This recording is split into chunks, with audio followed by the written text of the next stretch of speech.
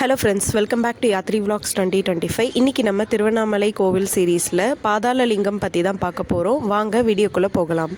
திருவண்ணாமலையில் அருணாச்சலேஸ்வரர் கோயில் எந்த அளவுக்கு ஃபேமஸோ அதே மாதிரி ரமண மகரிஷி அவர்களோட ஆசிரமமும் ரொம்பவே ஃபேமஸ். இந்த ரமண மகரிஷி அவர்களுக்கும் இங்கே இருக்க பாதாள லிங்கத்துக்கும் இருக்கிற தொடர்பு என்னென்னா, ரமண மகரிஷி அவர்களோட இளமை வயதில் அவருக்கு மரணம் பற்றிய பயம் ஏற்பட்டிருக்கு. அதனால் இங்கே இருக்க பாதாள லிங்கம் கிட்ட அவர் தியானம் செய்ய முடிவு செஞ்சார். அதே மாதிரி பல நாட்களாக அவரோட தியானம் தொடர்ந்து நடந்துகிட்டே இருந்தது.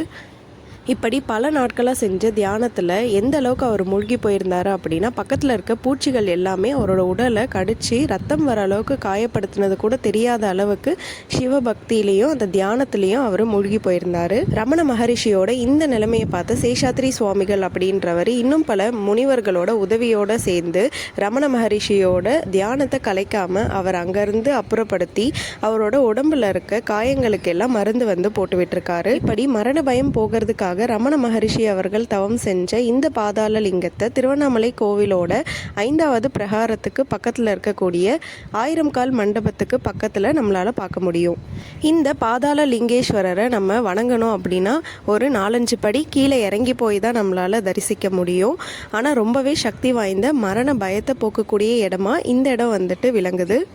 பார்த்தீங்களா மக்களே, இப்போல்லாம் நம்ம என்ன தான் மெடிடேட் பண்ணுறோம் அப்படின்னு சொல்லிட்டு உட்காந்துருந்தாலுமே ஒரு 10 நிமிஷம் கூட நம்மளோட மெடிடேஷனை முழுமையாக பண்ண முடியறது கிடையாது. ஏன்னா அந்தளவுக்கு நம்ம எதையோ பற்றி யோசிக்கிறோம், ஏதேதோ எண்ணங்கள் நம்மளோட மனசில் ஓடிக்கிட்டே தான் இருந்துகிட்ருக்கு. ஆனால் இந்த பாதாள லிங்கம் கதையில் வர அந்த ரமண மகரிஷி அவர்கள் அவரோட உடம்புல எறும்பு கடிச்ச உணர்ச்சி கூட தெரியாத அளவுக்கு சிவபக்தியில் மூழ்கி அந்த தியானத்தை பண்ணியிருக்காரு.